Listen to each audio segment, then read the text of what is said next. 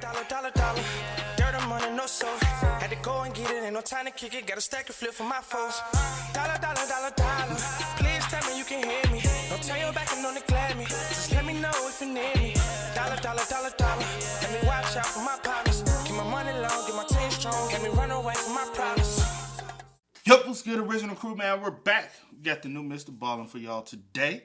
Hopefully you're having a wonderful day. If not, hopefully you got some content to enjoy and pick you up on today, right? Right. But today we got people who went anyway. They'll never learn. Part 3. I mean, top 3 places you can't go. What I'm saying. Top 3 places you can't go. Part 37. Part 30. I thought you wanted me to say. Oh, you say the whole thing. People went anyway. They'll never learn. Like, be dramatic. You be real dramatic with it. Top 3 places you can't go. Part 37. I'm crazy, but anyway. Okay, stop. But let's go, man. Before we get into it, make sure you check out the links in the description box. Down below. You already know where to go if you want the first part. All you gotta do is check out down below. So if you enjoy today's visuals, look at it with a thumbs up. lock it in, like.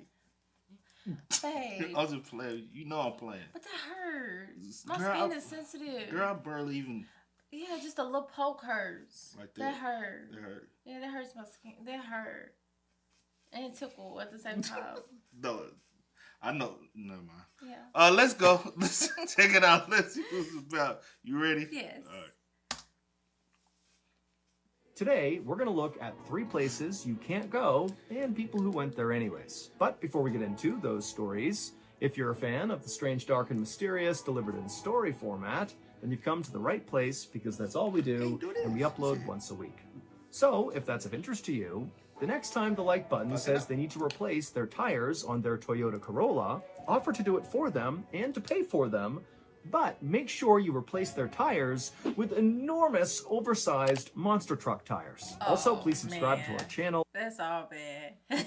Look Corolla. I'm just trying to put it in my head. Look Corolla. I pictured it. As soon as he said it, I said, man. But you can't even do that on little that. Can you? I gotta ask my country motherfuckers. I meant the little, because all the, you know, I don't know nothing about cars. Say what you think. All the axles are not the same, right? Yeah. So that wouldn't work, right? It probably. No, I say I gotta ask my. It'd be too small. No, you probably could. You probably could. You probably could do some customization. You probably could. That'd be ugly. But if you try to flip that little motherfucker, you probably just gonna roll. It'll probably just roll over to the other side. You just hit them. Gets me rolling. No. Turn on all notifications so you don't miss any of our weekly uploads. Okay, let's get into today's stories.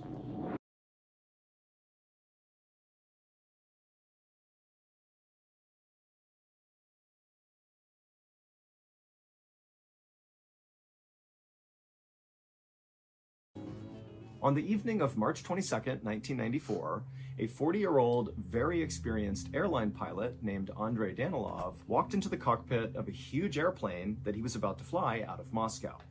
Once he was in the cockpit, he said hello to the 2 other pilots he'd be flying with that night, and then Andrei took a seat in the captain's chair. Now, this flight tonight was going to be a very routine 13-hour trip to Hong Kong, something Andrei and these other 2 pilots had done many times before.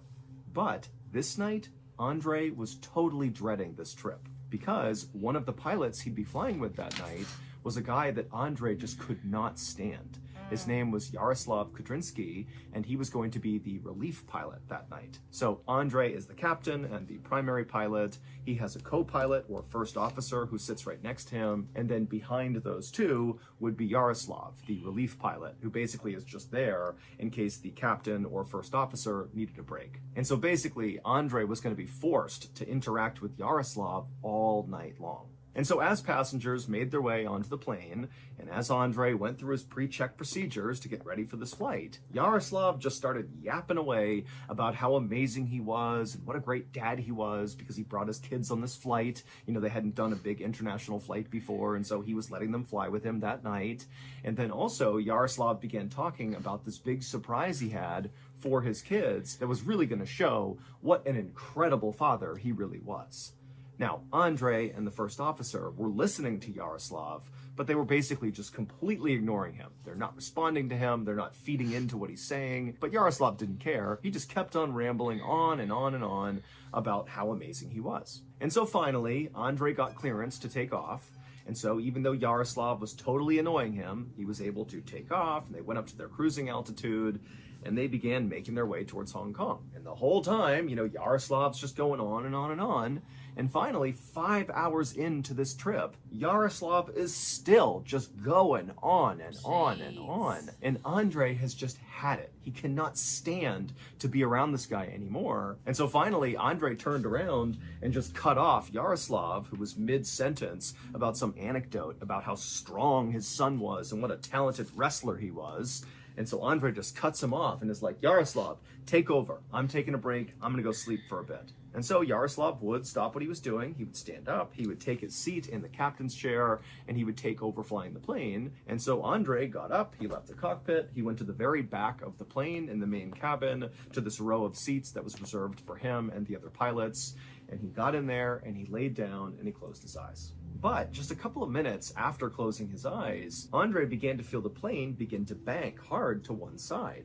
Now, Andrei couldn't really remember if this was the time they were supposed to be turning or not, but it just felt like this turn was more aggressive than anything he anticipated at any point in this journey. But Andrei knew this plane was brand new, and so if there were any kind of minor mistakes that Yaroslav was making flying the plane, well, the autopilot feature, which was state-of-the-art in this plane, would easily correct those small errors and keep the plane going towards its destination. And so, even though, again, they're still in this pretty sharp turn here, Andrei just closed his eyes again and tried to go to sleep. But a couple of minutes later, they were still banking, and in fact, the bank was starting to get even more aggressive, to the point where Andrei opened his eyes and he's thinking to himself, what is Yaroslav doing up there? Like, we're basically going in a circle at this point. We're spiraling midair. And so right as Andrei was about to get up and go see what the heck was going on, the plane began to shake really violently, and suddenly Andrei realized, oh my goodness, the plane could be stalling right now. There could be a real issue in the cockpit, and this is not some minor error. And so as passengers on the plane are starting to sense that something could be wrong here, I mean, the plane is like hard to the side and shaking, so people are starting to scream and cry, people are nervous. And so Andrei, he begins to stand up to go to the cockpit when suddenly the plane goes from just shaking and banking to basically rolling completely on its side. So all the windows are now on the ground and everybody's on their side. Andrei knew he could not go to the cockpit. There was no way to do that. And so all he could do was just hold on to his seat and pray they got out of this. And then just as quickly as all this started, it stopped. The plane kind of went back to level, it stopped shaking, and then Andrei heard the sound of the twin engines out on the wings roar as if the plane was kind of getting back up to speed. And for a second, it seemed like everything was okay. And so Andrei, sensing that this... No, take your ass on. I still would have went to see what's going on. We don't know if he has or not, but make sure you take your ass. If you ain't, take your... Maybe soon that plane would have got back and I would have been... What the... Because you up here doing... And if you up here doing some crazy stuff, we need to lock... You must say, lock you. What you must say? They can't they technically lock you down on the plane? I mean, well, first, let's see what's going on first. Up to speed, and for a second, it seemed like everything was okay. And so Andrei, sensing that this was his chance to get back to the cockpit and frankly just reassume command, because whatever was going on in there, it was not okay. And so Andrei, he got up and began running down the aisle to get to the cockpit. But right as he was about to grab the door, the plane suddenly tilted upward and they began rocketing up into the sky. What? So strong that Andrei was pinned to the carpet. And so for a couple of seconds, Andrei couldn't do anything, but then he began to hear the sound of the actual frame of the plane beginning to crack from all the pressure of accelerating so quickly up into the sky. And so with all of his strength, Andrei reached up, he's on his hands and knees, and he grabs the door handle to the cockpit and he opens it up, and the second he looks into the cockpit, he would have known exactly what was wrong. It would turn out Yaroslav's big surprise for his kids that he promised Andrei and the first officer would demonstrate what an amazing father he was that he was going to let his kids fly the plane. Just for a second, But these are untrained children that have no idea how to fly a plane. And so when Andre got up and went to go take a nap and Yaroslav took over, well, Yaroslav called up his kids who were in the main cabin, a teenage son and daughter, and they went into the cockpit and they sat down in the captain's chair and they began to fly the plane. And the daughter took the seat first in the captain's chair, and she was very careful not to touch any of the controls, even though Yaroslav was kind of encouraging her, you know, to take the wheel and really see what it feels like. But she was nervous, and so she really didn't touch anything. But then Yaroslav's son, when he sat down in the captain's chair, he did grab the controls and he pulled on the wheel hard enough that he somehow disengaged the autopilot feature. And nobody noticed. And so as Yaroslav's son is yanking... The co-pilot. What the fuck is he doing? There's 3 pilots. Andre, Yaroslav, he's there as the relief, and the co-pilot, I forgot his name. I ain't write his name down. Or did he even say his name? I don't know if he said it, but... What the fuck is the co-pilot doing? Is he like it? Because I don't know. He's second in command. I have no clue. It's Andre who's the head pilot, second in command, and then yours. What are you? Yeah. And backwards on the yoke, so the steering wheel of the plane began going in all these crazy directions because there was no autopilot to stop it. And by the time he had figured out what was wrong, it was too late because the plane had entered into an unrecoverable stall and it crashed into the foothills of Siberia, killing all 75 people on board. Wow. Thank you to... Yo. What? That is the craziest. My life is gone because you want to come up here and have your kids play. Of all places, baby. This is not the time or the place to be. Yo.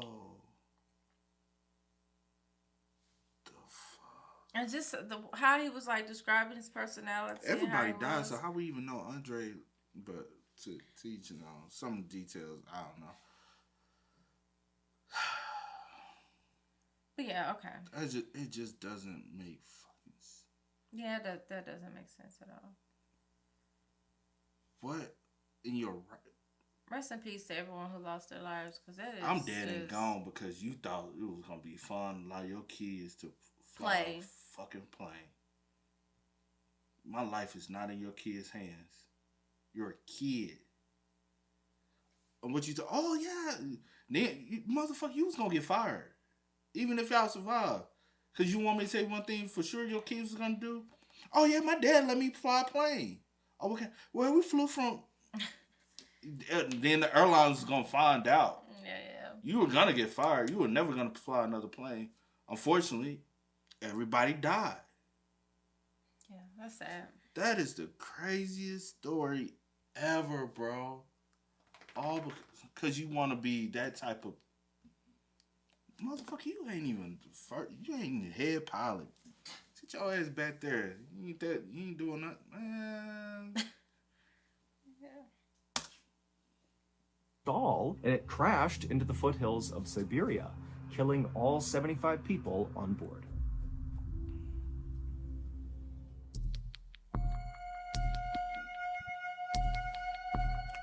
On the morning of September 19th, 2013, a man named Mark Casey sat with his girlfriend, Lynn Spalding, in the triage area of the emergency room at San Francisco General Hospital. A nurse took Lynn's temperature and her blood pressure, while Mark tried to explain what had been going on with Lynn over the past few weeks. Lynn, who was now 57, had been dealing with this really intense stomach pain. And so she had gone to the doctor, and she had been diagnosed with a urinary tract infection, and she was given antibiotics for it. But despite taking those antibiotics, it didn't get rid of the stomach pain. And in fact, her stomach pain was only getting worse. She was losing weight, and she just seemed really frail. But despite her condition obviously getting worse every single day, over the past few weeks, Lynn had basically refused to go back to the hospital, despite Mark saying, "We really gotta go. You're getting worse. We gotta have you looked at." But she just kept saying no. And then finally, when Mark noticed Lynn was now becoming somewhat despondent, like he would try to talk to her and her eyes would glaze over and she would look off into the distance like she didn't even hear him, Mark had just looked at Lynn and said, "You know what? I'm taking you to the hospital." And so he put her in the car, he brought her to the hospital, and now that he was here, he had to explain what was going on because Lynn was still despondent, just kind of staring off into space and very likely having no idea what was going on. And so after Mark gave all the information to the nurse said that, okay, Lynn needs to be admitted to the hospital. And so after a short wait, an orderly came over and pushed Lynn's wheelchair up to the 5th floor where she'd be staying, and Mark went with them. And then once in the room, Mark helped Lynn get settled in her bed. And again, Lynn is just kind of staring off into space, not really paying attention. And then a whole team of nurses and doctors came in and hooked Lynn up to IVs and different machines to make sure they could monitor her. And then at some point, one of the doctors pulled Mark aside and said, we think Lynn is dealing with some kind of infection. And so what we need to do is run some tests to figure out what this infection is. And then hopefully we can treat it. And so Mark said, okay, that sounds great. And then all day, Mark sat right next to Lynn and held her hand as the medical team came in and out of the room running all these tests. The following day, the medical team still didn't know what was wrong with Lynn. The tests they had run so far were inconclusive or were negative. Now, the biggest issue with Lynn was not trying to figure out what infection she had or how to cure her. Instead, it was, how do we keep Lynn in her hospital room? Because on this second day that Lynn was at the hospital, despite being very despondent still, any chance she got, she was getting out of her bed and trying to escape her room. And so the medical team, they kept having to go find her and bring her back to her room. And they tried to explain to her, like, Lynn, you're sick. That's why you're here. You need to stay in your room. But Lynn clearly was just not getting it. She was just not there. And she would just say to the team, I want to go home. I just want to go home. I want to go home. And they would say, well, Lynn, you got to get better first, and then you can go home. Now, Mark, like the medical staff, was also concerned about Lynn's behavior. It was not safe for her to get up and flee her hospital room. But Mark kind of secretly thought, maybe this is a good sign, because the day before, Lynn couldn't even walk on her own. And now today, she's walking around on her own, trying to escape the hospital, which is bad. But, she's ambulatory. That's got to be a good sign. And also, Mark was thinking that because Lynn was fleeing her room over and over again, she's going to get even better medical care because the staff has to be super focused on her. And so Mark was feeling kind of optimistic that Lynn was on the road to recovery.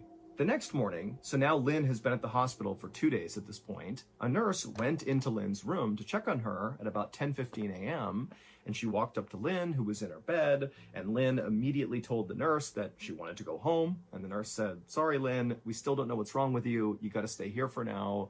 But again, it was pretty clear Lynn did not understand what the nurse was saying. And so Lynn was not agitated. She was laying in bed and did not appear to, want to flee the room anytime soon. And so the nurse took Lynn's vitals. They were all basically normal. And then the nurse wrote down on Lynn's chart that her condition as of this moment was fair. And then the nurse left the room. And once this nurse was gone, Lynn laid in bed for a second.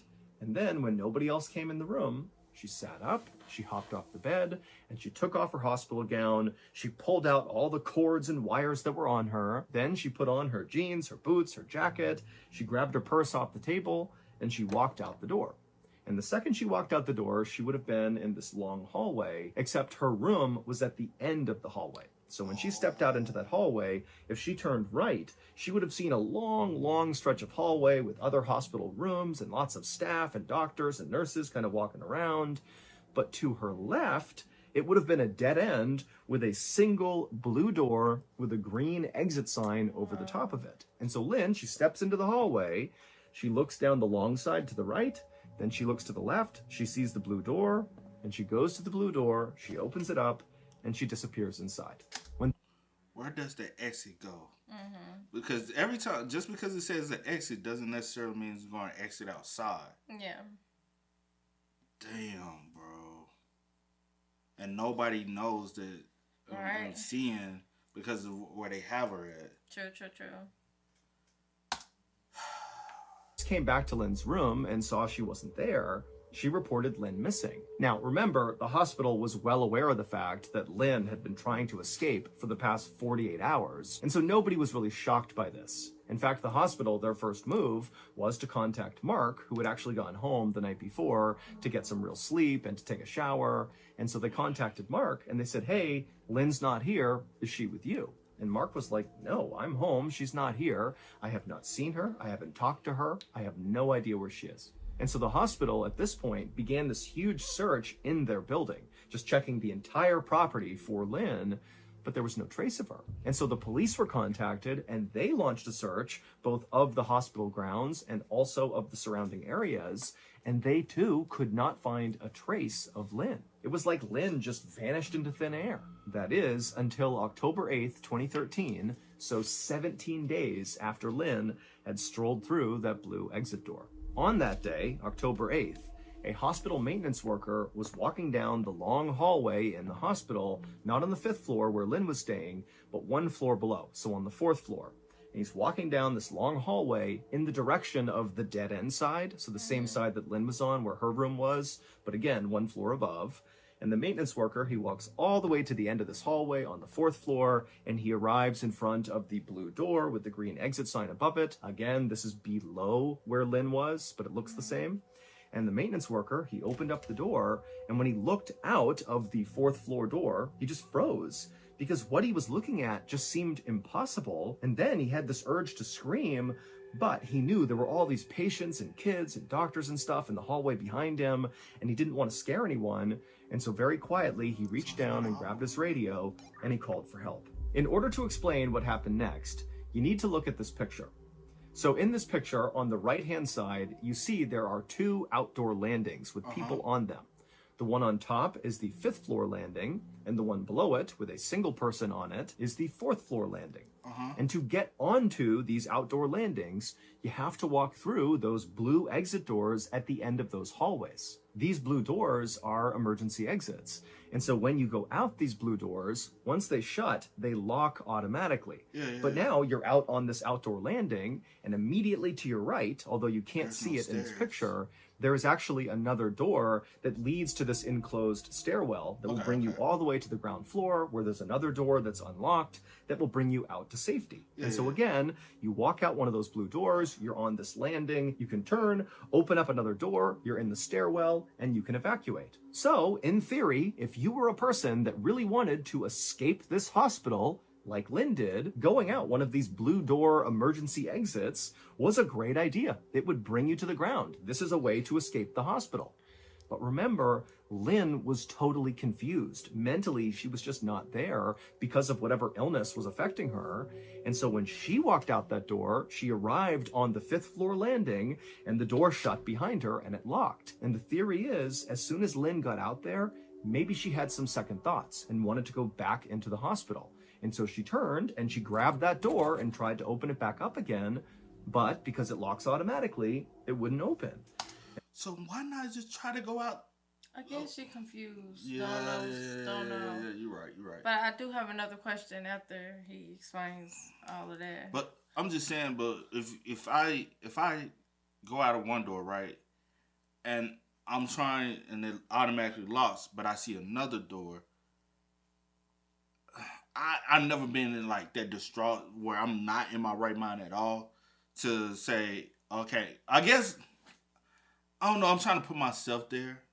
Right, and you just to understand. You just said you've never been in that situation. I guess she was trying to go back in from where she came out, so it's not registering to her to go try the other door. There's another door here. Yeah. So Lynn did have the wherewithal to turn and see this other door that led to this enclosed stairwell, the emergency stairwell that did go to the ground floor. She could absolutely go all the way down and escape. She could do that. She went into the stairwell and she went down one floor to the 4th floor landing. And when she got there, she left the stairwell and she went to that door that would lead back into the hospital on the 4th floor. And she tried it, but of course it was locked. And then again, instead of her just going back into the stairwell and going down and escaping to safety, she, for some reason, just stayed on the 4th floor landing. Again, you got to remember that she's not all there mentally, and so she was confused, and she just stayed there on the landing, basically waiting to be rescued. Yeah. But despite these huge searches of the hospital property by hospital staff and by the police, for some reason... Why nobody checked the landing? That was my question. I was like... You know what? If there was a search, a big hospital search, why every corner, every exit, every single place in the hospital? Go ahead. So they probably did check the landing area on the fifth floor.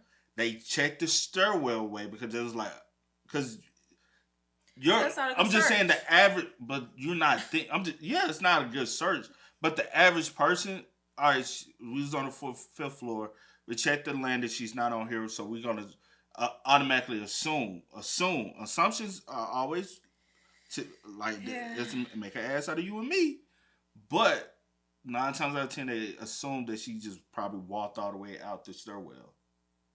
Instead of checking every landing, because the average... And then, honestly, if you're on the ground, if someone is not standing vertically up, if they're sitting down, you won't see them on that fourth or fifth floor. Because the landing, it looks like it only gets like the upper body. So if she's sitting down, she's not visible from the ground on that landing. So, hold on.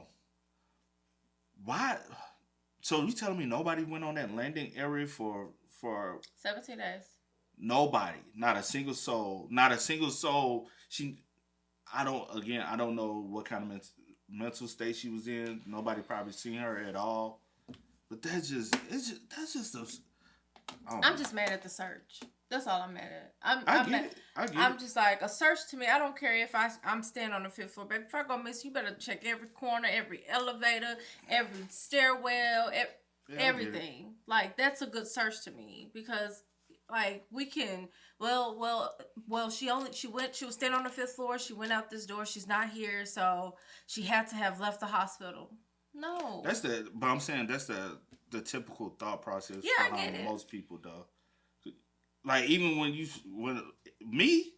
I typically try to search everything, but it'd be places when you even looking for stuff, you just don't search. That's typical, though. That's the average person. You don't, like, some things just slip through the cracks. When I'm looking, it's different than looking for an object and looking for a person. But it's still, I understand. I got you, yeah. Of the hospital property by hospital staff and by the police. For some reason, this area, this landing on the 4th floor, was never checked, and so nobody found her. That is until October 4th, so at this point, Lynn has been outside for 13 days on this landing, and a researcher from the hospital, for whatever reason, exited out one of these emergency doors, and they began making their way downstairs, and when they passed by the 4th floor landing, they spotted Lynn on the ground on the 4th floor landing, but instead of going over to her and seeing if she was okay, this researcher just called security and said, hey, there's a patient outside on the 4th floor landing, like, come check it out. And then instead of waiting for security, the researcher just left, leaving Lynn alone. Wow. And security at the hospital, who said they were going to go check, they didn't. And so 4 more days would go by with still nobody officially finding Lynn. And then finally, on October 8th, the hospital maintenance worker opened up the blue door on the 4th floor, and he saw the 4th floor landing, that exterior landing, and he saw Lynn, and he knew she was dead.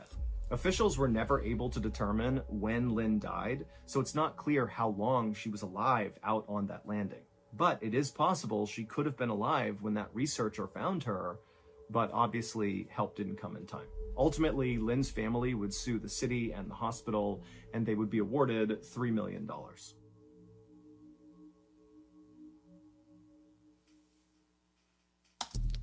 $3 million ain't even enough. That's for my life.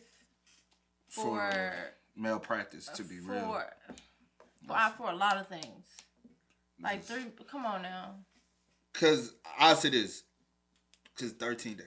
Can anyone even survive that long without food, water, anything, and conditions? So it was 13 days when the researchers found her, seen her, and called security. But then it was additional 4 days. So 17 days. 17 days until they actually found her. First recognition and spotted was... What month was it? October. Oh, October. Okay. Hold on. First one missing in September. Found in October. So it's not hot, and it's San Francisco, California. Well, it's cold temperatures at night. Cooler temperatures at night. Yeah.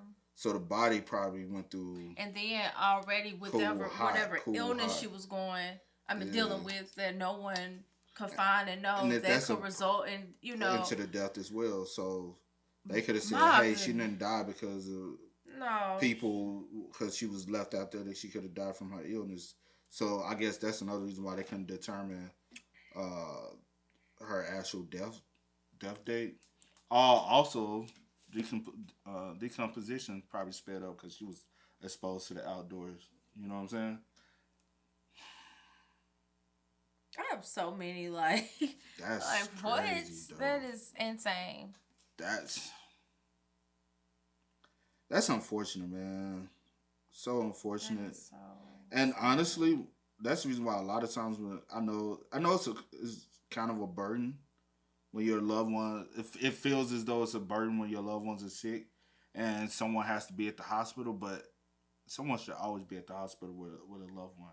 Just especially in cases like this, where she's, I want to leave. Like, hey, you know what I'm saying? Somebody should have been monitoring her around the clock, and a nurse won't be able to do it. So you need to have those family members who willing to step up and say, hey, somebody got to be here, you know? Yeah. Because if a family member was there, you could have probably calmed her down even more and been like, hey, no, like, we got to stay here, unfortunately, you know? But so sad, man. R.I.P. to Lynn. And, like, I was just saying, like, I get why they probably didn't check the 4th floor, but I'm not making that as an excuse for y'all to not have checked the 4th floor. Like you said, doing a thorough search, you check every inch of that hospital. Because my logical thinking, if she was, like, just how I think in general, she's at the end where this exit at, me using common sense, I'm going to be like, 9 times out of 10, we never seen her come this way, so I'm going to check the exit closest to her room. Like, it just makes sense. You checked the exit closest to the room, but she wasn't on the exit. But she wasn't on her exit, but I am going to go down every, like, They probably checked the staircase, but they didn't check, like, every nook and cranny. But also, do y'all do rounds? Do y'all do round checks? I hope so after that. Obviously, they don't. Obviously, they don't. And when was this year? Was 19? No, 2013. 2013. You should have been doing thorough checks, checkpoints. 13, Security-wise, y'all should have been doing the sweep of the whole hospital from inch. Oh, you know what? 9 times out of 10, they probably are supposed to, but say, "Oh yeah, I checked that." Yeah, you know how it because obviously, if someone calls you and says a patient, one, I wouldn't leave a patient just there by themselves. First of all, second of all, laziness on the job, man. And again, like I said, I don't know if she was like conscious or not. Like, I don't know that situation because that detail wasn't given. But still, I will make sure someone comes. I'm not just going to leave you there. And the security, being lazy, not really caring, whatever the case may be, or whatever it was. Don't know that situation, but whatever it was, never showing up. Fired. Like, it's just sad all around. But yeah, I mean, I guess I'm just like, if it was myself or my family member or friend or whatever, I would hope and pray that someone would check every exit, like, I understand also, the police was there to check too, and they didn't check that. So you gotta. That's crazy. Yeah, it's everyone. That's why I'm just mad at the search the search wasn't with every floor.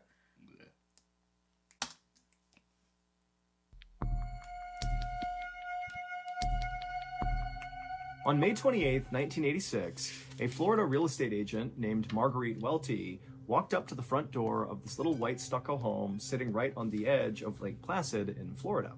Marguerite pulled out a key from her pocket, she unlocked the door, opened it up, and then she turned around, and standing right in front of her were her clients, this young couple named Lois and Richard Goodman, who were thinking about buying a vacation home. And so this was one of the homes they were checking out. And so Marguerite smiled at her clients and gestured for them to come inside. The house sat at the end of a quiet, shady street lined with huge trees and other small vacation homes, and a lot of these vacation homes were perfectly manicured and beautiful, but the house they were touring today was not. It was unmaintained and overgrown, the paint was chipped and fading.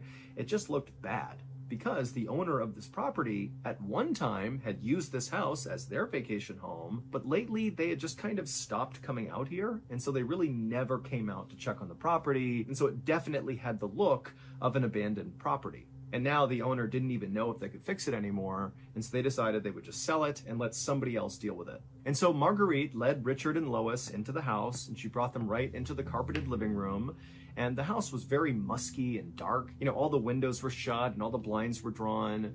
And so Marguerite kind of instinctively walked over to the windows and began opening up the curtains and opening up the blinds, letting sunlight into the house. And so as this room is suddenly being lit up by the sunlight, behind her, Marguerite hears Lois and Richard start to laugh at something. And so Marguerite turned around to see what was so funny. And when she saw what Lois and Richard were laughing at, Marguerite did not think it was very funny. In fact, she thought the fact that they were laughing right now was kind of rude, especially when you considered what this couple had asked of Marguerite.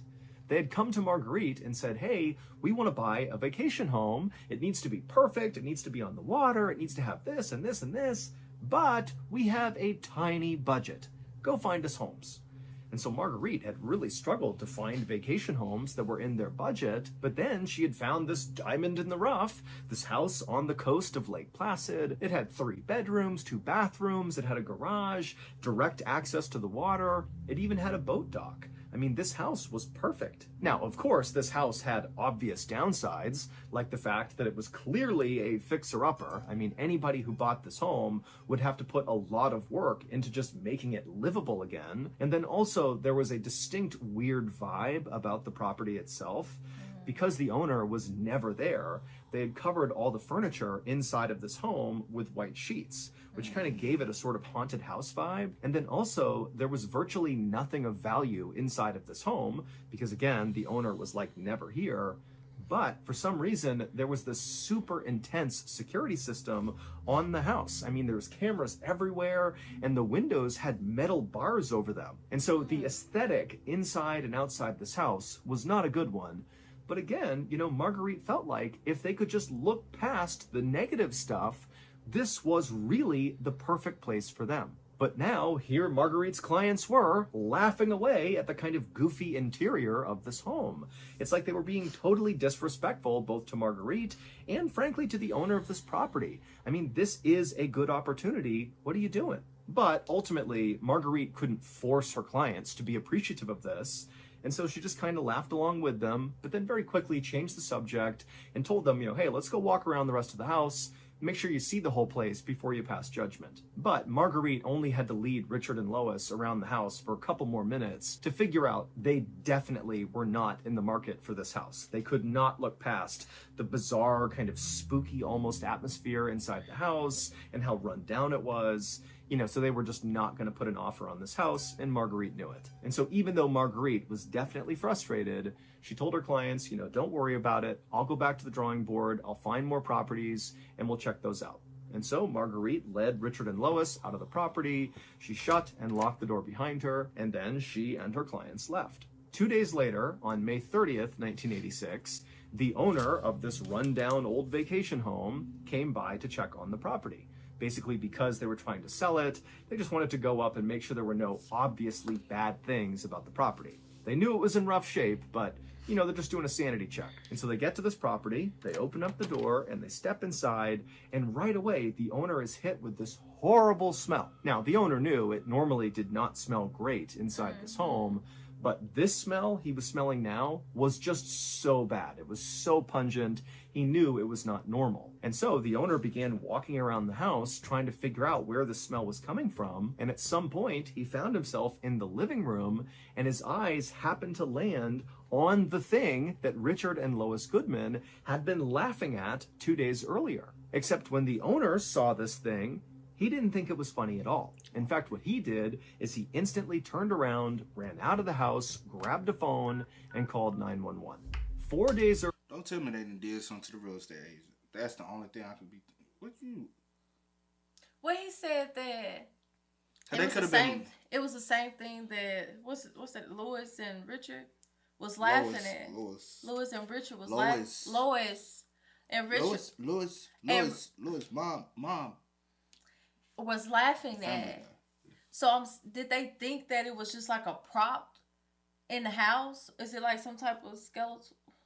Or when she opened the blinds, they were like, oh, they got their next victim. And so they were laughing at her. That she probably like really I have no. I'm just trying to make sense of it. Are we doing something to the real estate agent? Cause I will hope not. Cause some like set up like especially this type abandoned spot too. Let's abandoned, run down. You never know. On May 26th, a 28-year-old man named Thomas Lopez Ruiz, who was living in this makeshift campsite down by the water near Lake Placid, he decided to leave his campsite and go into town to try to earn some money. Thomas did not have a steady job. Instead, he did odd jobs in town whenever he could to earn a few bucks. But on this day, when Thomas went into town, there was no work. So Thomas decided he would go rob one of the many vacation homes along the coastline of Lake Placid. And the home that he picked is the same vacation home that Marguerite would take the Goodmans to 2 days later. And so Thomas arrives in front of this overgrown property and he tries the doors and they're all locked. However, Thomas had a plan. Thomas was a pretty small guy. He was about 5'2" tall, only weighed about 140 pounds. And so he figured he could just slip through the chimney. That's how he could break into the house. And at first it went great. You know, he slipped in no problem. And before long, he was making his way down towards the inside of the house. But what Thomas realized as he went down the chimney is the chimney was not perfectly straight up and down. Instead, it was sort of tapered, where at the top it was wide, but the deeper you got, so the farther down you went in the chimney, the narrower the inside of the chimney got. And so when Tom... So I was wrong in the beginning, sorry. In the previous pause. I wonder, do they build chimneys like that now, like on purpose? Like the narrow was, like it was open at the top, so to be able to allow it to, but do it, because my thing is, hey, if I want to break into somebody's house and they got a chimney, I'm gonna go down the chimney. You get what I'm saying? Right. So I wonder, do they build it like that also for that mindset, or is it like just, you get what I'm saying? So people can't just easily access into your home, so it's not made to. But or is it because of the ventilation process to allow the smoke to go and then come out? You get what I'm saying? Yeah. Down you went in the chimney, the narrower the inside of the chimney got. And so when Thomas was almost all the way down the chimney, he got stuck. He could not get the rest of the way down, but where he got stuck, he couldn't grab the top of the chimney. He couldn't pull himself out. And so he is absolutely wedged, can't go down, can't go up, and making matters even worse was every time he exhaled, his chest would shrink a little bit, and that would cause him to slip a little bit farther, a little bit deeper into the chimney, and then when he would try to breathe in again, his chest would not be able to fully expand again. And so basically, every second that went by, Thomas was sinking lower and lower and lower by little bits, making it harder and harder and harder to breathe. And you got to figure that he was screaming for help, which again was causing him to breathe a bunch, causing him to sink even farther. And so it would have made breathing extremely difficult. And so Thomas is like in this absolute claustrophobic nightmare. And without outside help, he had no chance of survival. 2 days later, Marguerite Welty brought the Goodmans into that property, and she would open up the blinds, and sunlight would come into the living room, and Marguerite would hear Lois and Richard laughing at something, and she would turn around, and she would see they were pointing at the fireplace, and visible in this fireplace were two legs dangling down inside the chimney. They were not so far down that they were touching the ground. They were just kind of suspended in the air.